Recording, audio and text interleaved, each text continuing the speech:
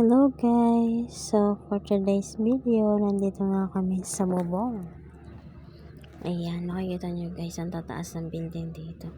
Condominium ata to. So ayan, may mga construction worker. Sisipag nila sobra.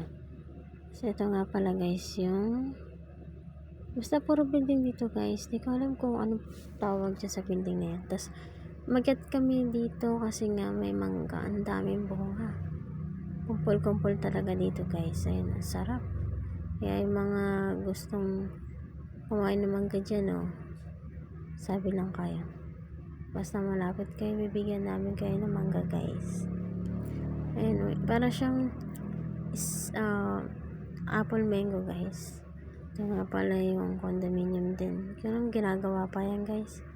Sa ibabaw daw niya may swimming pool. Naka-stick diba? So dito sa syudad guys, dito makikita lahat yung mga building.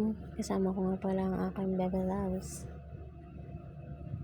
Siya ang kukuha ng mangga. Umaring kami ng kalamansi guys kasi nga ang dami na rin bunga dun sa kabila. Tapos binigyan namin mga construction worker ng mangga. So ayan, tonto ang atin yung guys. Ayan, ayan yung ginawa namin mangga. Tapos may kalamansi. Sarap to guys sa usawan, sa pritong isda. Ayan, ang lalaki pa guys. Tuntuan nga ako dito guys kasi first time ko lang umakyat sa bubong.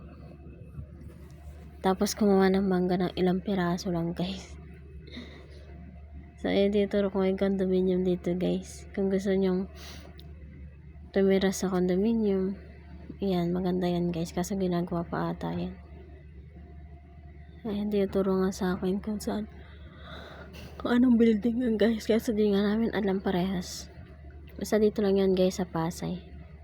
Yung may tsura ko dito guys. Ang taba-taba ako na. Dito kami sa taas ng bubong. Sensya na kayo guys. Ngayon na lang ulit kapag video. So sa mga hindi pa naka-like, share, and subscribe nyo na yan ah. So bubuhayin ulit natin tong video na to guys. Salamat nga pala sa mga solid supporters ko dyan. At eto nga pala guys, diba ang dami magka dito guys. Napakagaan ng kamay ng nagtanim nito guys. Ang dami mangga kahit hindi naman tagpo nga. Pag bumili kayo niyan per kilo ang mahal. So yun lang guys, lagi kayo mag-iingat. Bye bye.